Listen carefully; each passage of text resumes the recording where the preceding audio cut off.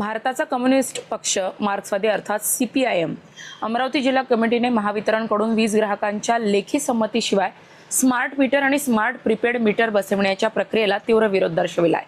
अधीक्षक अभियंता महावितरण अमरावती विभाग यांना निवेदन देत ही प्रक्रिया तात्काळ थांबवण्याची मागणी करण्यात आली। निवेदनात म्हटले आहे की महावितरणाकडून ग्राहकांना SMS आणि WhatsAppद्वारे जुने मीटर बदलून स्मार्ट मीटर बसवण्याचे आदेश आणि संदेश पाठवले जात आहेत। ही प्रक्रिया एकतर्फी, नियमबाह्य आणि ग्राहकांच्या अधिकाराचे उल्लंघन करणारी असल्याचा आरोप करण्यात आला आहे। मार्क्सवादी कम्युनिस्ट पक्षाने दावा केला आहे की स्मार्ट प्रीपेड मीटरला महाराष्ट्रासह देशभरात विरोध होत असून ग्राहकांच्या इच्छेविरुद्ध ही योजना राबविण्याचा प्रयत्न सुरू आहे। तसेच भविष्यात प्रीपेड प्रणाली लागू झाल्यास गरीब मध्यमवर्गीय कुटुंबावर अतिरिक्त आर्थिक भार पडू शकतो, अशी चिंता व्यक्त करण्यात आली। पक्षाने महावितरणकडे 9 प्रमुख मागण्या केल्या असून त्यामध्ये ग्राहकांच्या लेखी संमतीशिवाय स्मार्ट मीटर न बसविणे, सक्तीचे संदेश थांबविणे, संपूर्ण माहिती पत्रक देणे, विद्यमान मीटर कायम ठेवण्याचा पर्याय, सार्वजनिक जनसुनावणी आयोजित करणे आणि ग्राहक संघटनाशी चर्चा करून पुढील निर्णय घेणे यांचा समावेश आहे। निवेदनात स्पष्ट इशारा देण्यात आला आहे की ग्राहकांच्या संमतीशिवाय स्मार्ट मीटर बसविण्याची प्रक्रिया सुरू ठेवल्यास मार्क्सवादी कम्युनिस्ट पक्ष लोकशाही आणि सांविधानिक मार्गाने व्यापक जन आंदोलन उभारेल। त्यामुळे निर्माण होणाऱ्या परिस्थितीची जबाबदारी महावितरण प्रशासनाच्या ठिकाणी मार्क्सवादी कम्युनिस्ट पक्षाच्या वतीने आम्ही निदर्शनाचा कार्यक्रम करून एक शासनाला आणि महावितरणाला निवेदन दिलं।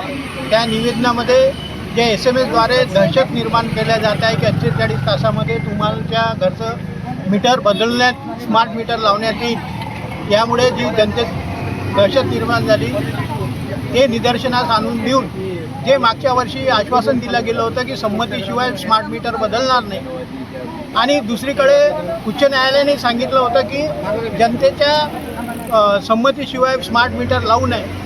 तर या सगळ्याला तिलांजली देऊन महावितरण कंपनी धडाक्याने आणि जबरदस्तीने स्मार्ट मीटर लावत आहे, ते लवकरात लवकर थांबविण्यात यावं ही मागणी आहे। दुसरीकडे खाजगीकरण जे महावितरण कंपनीचं हे सरकार करत आहे त्याचाही आम्ही निषेध करतो आहे आणि ते खाजगीकरण रद्द झालं पाहिजे ही आमची मागणी आहे। आणि येणाऱ्या दिवसामध्ये जो डाव महाराष्ट्र शासन करत आहे की IPO काढून, म्हणजे त्याचे शेअर्स काढून या कंपनीला खाजगी क्षेत्रामध्ये घेऊन जाण्याचा डाव आहे, आणि जी आजपर्यंत आपल्या 1960च्या महाराष्ट्राच्या निर्मितीनंतर सार्वजनिक क्षेत्रामध्ये जनतेच्या मालकीची जी वीज कंपनी होती, ही खाजगी क्षेत्रामध्ये जे आज जनतेची औद्योगिक याची सगळ्यांची गरज वीज आहे, त्या कंपनीला हळूहळू अदानी सारख्या त्यांच्या कॉर्पोरेट मित्राला देण्यात येत आहे। याचा निषेध म्हणून या ठिकाणी आम्ही मार्क्सवादी कम्युनिस्ट पक्षातर्फे